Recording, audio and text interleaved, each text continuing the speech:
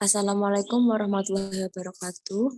Kami dari kelompok 6 akan mempresentasikan hasil kerja kelompok kami dengan judul Asfiksia yang beranggotakan 1. Febrianti Sinta Dewi, 2. Fidelino Amalado Rosario, 3. Fitria Dwi Ramadhani, 4. Koirisma Aulia, 5. Luisa Maria.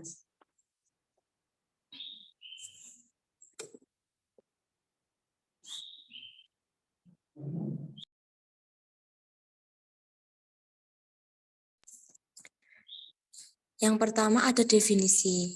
Asfiksia adalah bayi baru lahir yang mengalami gangguan tidak segera bernafas secara spontan dan teratur setelah lahir, menurut Amr Sofia 2012. Asfiksia neonatorum adalah keadaan di mana bayi baru lahir tidak dapat bernafas secara spontan dan teratur segera setelah lahir. Keadaan ini biasanya disertai dengan keadaan hipoksia dan hiperapneu serta berakhir dengan asidosis, menurut Arif DKK 2009. Asfiksia neonatorum adalah keadaan bayi tidak bernafas secara spontan dan teratur segera lahir. Seringkali bayi yang sebelumnya mengalami gawat janin akan mengalami asfiksia sesudah persalinan. Masalah ini mungkin berkaitan dengan keadaan ibu, tali pusat, atau masalah pada bayi selama ataupun sesudah persalinan, menurut Depkes RI 2009.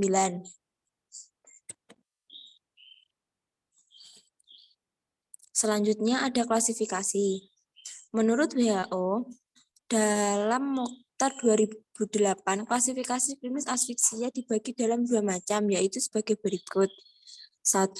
Asfiksia lividia adalah asfiksia yang memiliki ciri meliputi warna kulit kebiru-biruan, tonus otot masih baik, reaksi rangsangan masih positif, bunyi jantung reguler, prognosis lebih baik.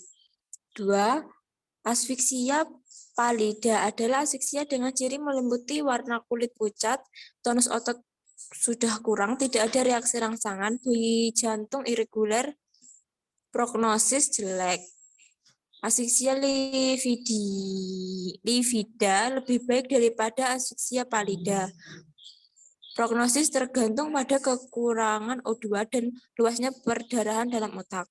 Bayi yang dalam keadaan asfiksia dan pulih kembali harus dipikirkan kemungkinannya menderita cacat mental seperti epilepsi dan bodoh pada saat mendatang. Setiap bayi baru lahir dievaluasi dengan nilai Apgar score, tabel di atas dapat digunakan untuk menentukan tingkat atau derajat asfiksia, apakah ringan, sedang, atau asfiksia berat dengan klasifikasi sebagai berikut.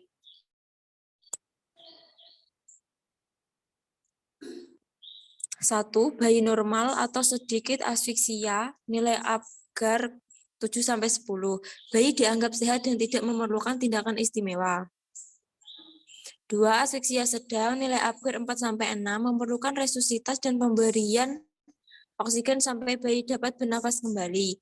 Pada pemeriksaan fisik ditemukan frekuensi jantung lebih dari 100 kali per menit, tonus otot kurang baik atau baik, sionasis, refleks iritabilitas tidak ada. 3. Asfiksia berat, nilai Apgar 0-3, memerlukan resusitasi segera secara aktif, pemberian oksigen terkendali. Pada pemeriksaan fisik ditemukan frekuensi jantung 100 kali per menit, tonus otot jelek, sianosis berat, dan terkadang pucat. Refleks iritabilitas tidak ada, menurut Dewi 2010.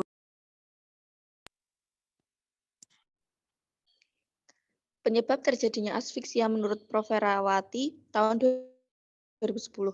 Faktor ibu, oksigenasi darah ibu yang tidak mencukupi akibat hipoventilasi selama anestesi, penyakit jantung, sianosis, gagal pernafasan, keracunan karbon monoksida, dan tekanan darah ibu yang rendah akan menyebabkan asfiksia pada janin.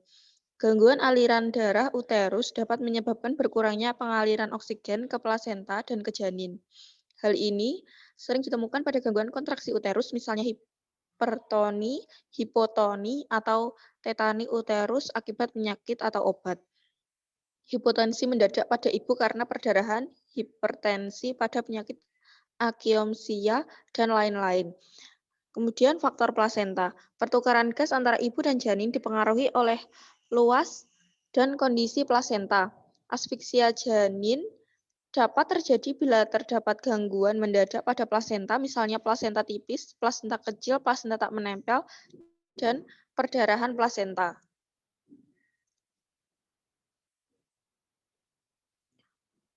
Faktor fetus kompresi umbilikus dapat mengakibatkan terganggunya aliran darah dalam pembuluh darah umbilikus dan menghambat pertukaran gas antara ibu dan janin. Gangguan aliran darah ini dapat ditemukan pada keadaan tali pusat melilit leher, kompresi tali pusat antara janin dan jalan lahir, dan lain-lain. Faktor neonatus. Depresi pusat pernafasan pada bayi baru lahir dapat terjadi oleh karena pemakaian obat anestesi atau analgetika yang berlebihan pada ibu secara langsung dapat menimbulkan depresi pusat pernafasan janin, maupun karena trauma yang terjadi pada persalinan, misalnya perdarahan intrakranial, kelainan kongenital pada bayi, misalnya stenosis saluran pernafasan, hipoplasia paru-paru, dan lain-lain. Faktor persalinan. Partus lama dan partus karena tindakan dapat berpengaruh terhadap gangguan paru-paru.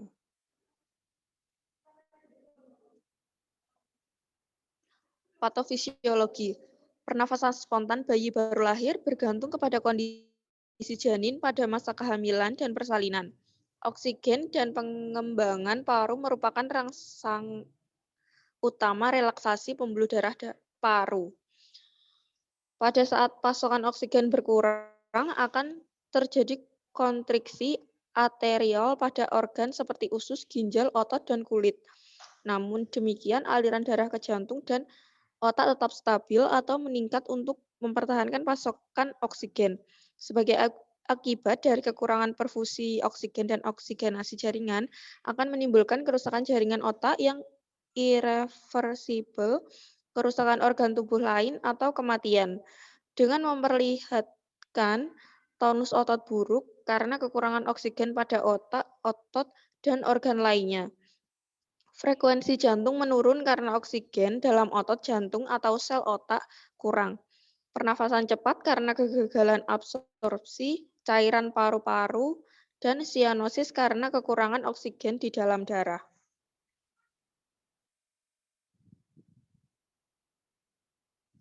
Tanda dan gejala. Pada asfiksia tingkat selanjutnya akan terjadi perubahan yang disebabkan oleh beberapa keadaan, di antaranya hilang sumber glikogen dalam jantung akan mempengaruhi fungsi jantung. Terjadinya asidosis metabolik akan mengakibatkan menurunnya sel jaringan termasuk otot jantung sehingga menimbulkan kelemahan jantung. Pengisian udara alveolus yang kurang adekuat akan menyebabkan tetap tingginya resistensi pembuluh darah paru sehingga sirkulasi darah mengalami gangguan. Gejala klinis, bayi yang mengalami kekurangan oksigen akan terjadi pernapasan yang cepat dalam periode yang singkat apabila asfiksia berlanjut. Gerakan pernafasan akan berhenti, denyut jantung juga menurun, sedangkan tonus neuromuskular berkurang secara berangsur-angsur dan memasuki periode apnea primer. Gejala dan tanda asfiksia neonatorum yang khas antara lain meliputi pernafasan cepat, pernafasan cuping hidung, sianosis nadi cepat. Gejala lanjut pada asfiksia akan dilanjutkan oleh teman saya. Gejala lanjut asfiksia, yaitu 1. Pernafasan megap-megap dalam, 2. Denyut jantung terus menurun, 3. Tekanan darah mulai menurun, 4. Bayi terlihat lemas atau flagit, 5. Menurunnya tekanan oksigen anaerob atau PaO2, 6. Meningginya tekanan CO2 darah atau PaCO2, 7. Menurunnya pH atau akibat asidosis respiratorik dan metabolik. 8. Dipakainya sumber glikogen tubuh anak metabolisme anaerob. 9. Terjadinya perubahan sistem kardiovaskuler. 10. Pernafasan terganggu. 11. Detak jantung berkurang. 12. Refleks atau respon bayi melemah. 13. Tonus otot menurun. 14. Warna kulit biru atau pucat. Komplikasi. Komplikasi yang muncul pada afiksia neonatus antara lain A. Edema otak dan perdarahan otak. Pada penderita afiksia dengan gangguan fungsi jantung yang telah berlarut sehingga terjadi renjatan neonatus. Sehingga aliran darah ke otak pun akan menurun. Keadaan ini akan menyebabkan hipoksia dan iskemik otak yang berakibat terjadinya edema otak. Hal ini juga dapat menimbulkan perdarahan otak. B. Anuria atau oliguria. Disfungsi ventrikel jantung dapat pula terjadi pada penderita afiksia. Keadaan ini dikenal istilah disfungsi miokardium pada saat terjadinya, yang disertai dengan perubahan sirkulasi. Pada keadaan ini, curah jantung akan lebih banyak mengalir ke organ seperti mesenterium dan ginjal. Hal inilah yang menyebabkan terjadinya hipoksemia pada pembuluh darah, mesenterium, dan ginjal yang menyebabkan pengeluaran urin sedikit. C. Kejang. Pada bayi yang mengalami afiksia akan mengalami gangguan pertukaran gas dan transport oksigen sehingga penderita kekurangan persediaan oksigen dan kesulitan pengeluaran karbon dioksida. Hal ini dapat menyebabkan kejang pada anak tersebut karena perfusi jaringan tidak efektif. D. Apabila pada pasien afiksia berat segera tidak ditangani akan menyebabkan koma karena beberapa hal. Penata laksanaan. Tindakan resusitasi sesuai dengan tingkat afiksia antara lain 1. Asfiksia ringan, Apgar skor 7-10. A. Bayi dibungkus dengan kain hangat. B. Bersihkan jalan nafas dengan menghisap lendir pada hidung kemudian mulut. C. Bersihkan badan dan tali pusat. D. Lakukan observasi tanda vital dan Apgar skor dan masukkan ke dalam inkubator. 2. Asfiksia sedang, Apgar skor 4-6. A. Bersihkan jalan nafas.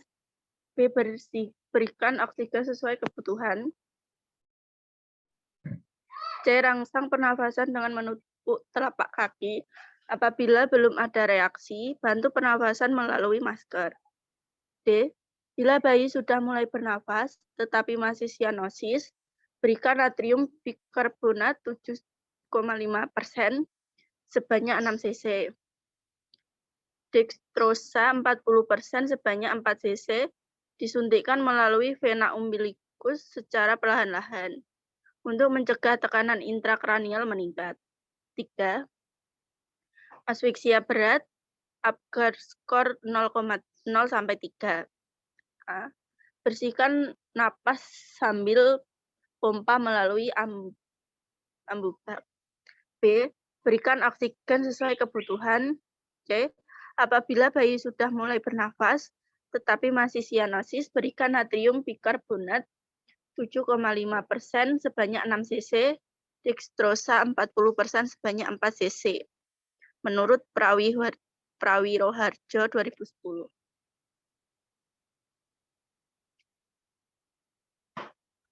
Asuhan keperawatan. A. Pengkajian.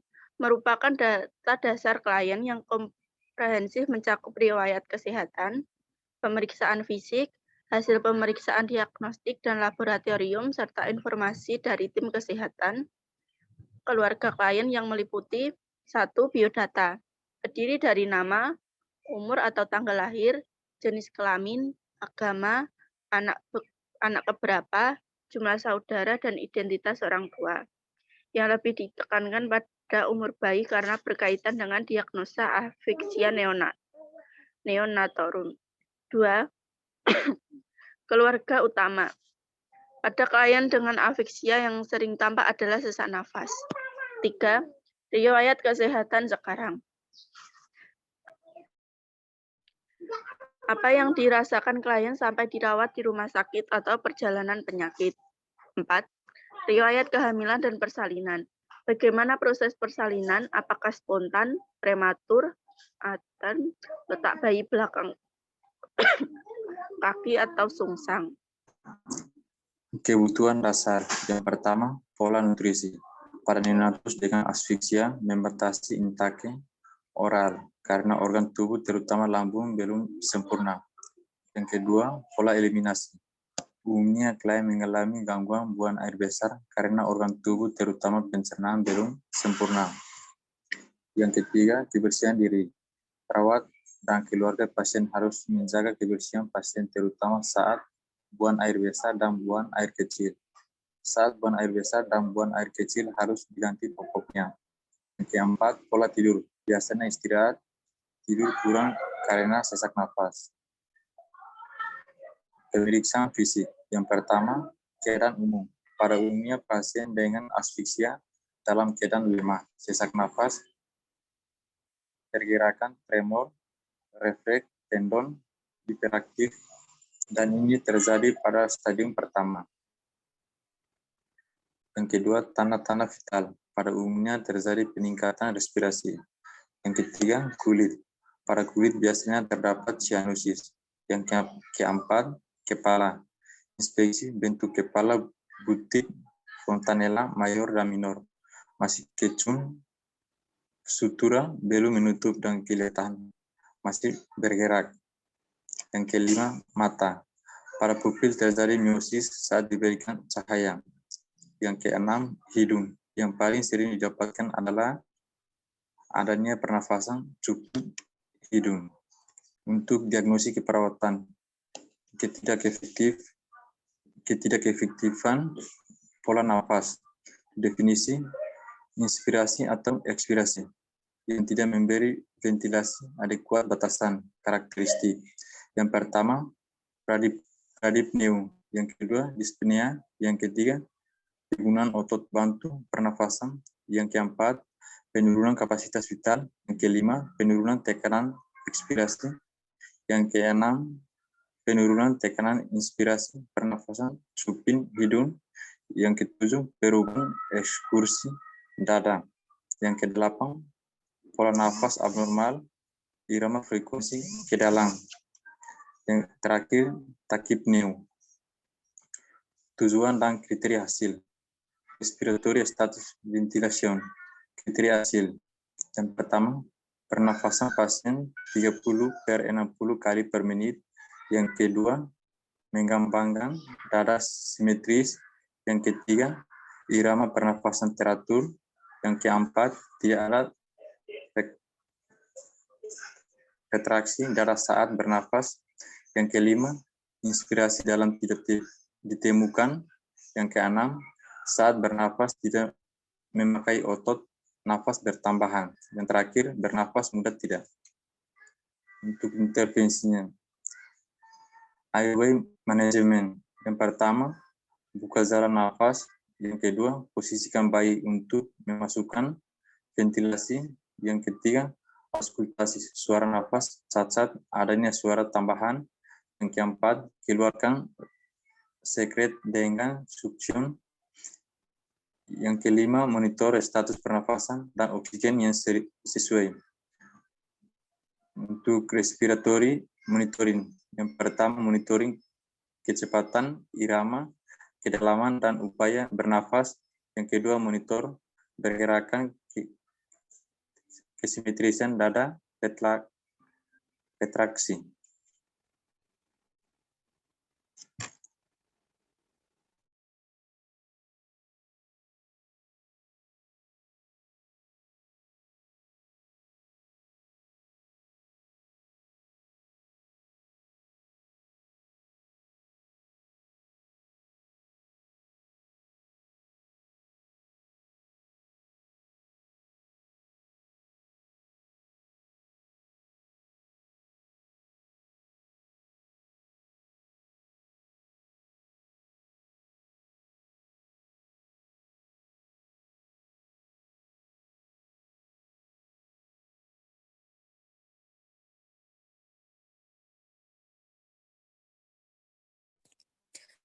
Faktor-faktor yang berhubungan.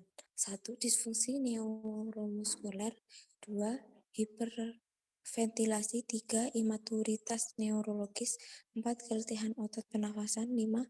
Posisi tubuh yang menghambat ekspansi paru. 6. Sindrom hipoventilasi. Tujuan dan kriteria hasil ada suara nafas tambahan. Intervensi, dada dan alat bantu pernafasan. 3. Adanya cuping hidung.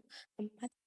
Monitor pola nafas, brapnea, takipnea, hiperventilasi, respirasi Kussmaul, Stokes, apnea. 5. Auskultasi suara nafas, catat area di mana terjadi penurunan atau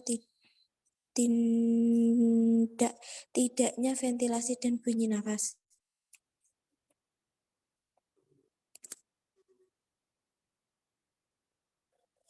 B. Implementasi. Implementasi keperawatan adalah tahap keempat dalam proses keperawatan dengan berbagai tindakan keperawatan yang telah direncanakan menurut Hidayat Alimul 2012.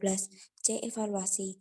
Evaluasi meliputi penilaian terhadap sejumlah informasi yang diberikan untuk tujuan yang telah ditetapkan menurut Potter dan Barry 2005. Evaluasi keperawatan asfiksia neonatorum dengan diagnosa keperawatan ketidakefektifan pola nafas adalah 1.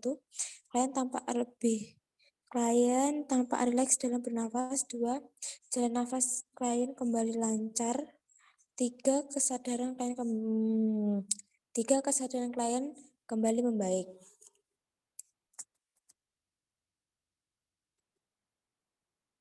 Sekian presentasi dari kelompok 6. Bila ada yang tidak paham, bisa ditanyakan waktu pertemuan dengan Pak Toto. Terima kasih. Assalamualaikum warahmatullahi wabarakatuh.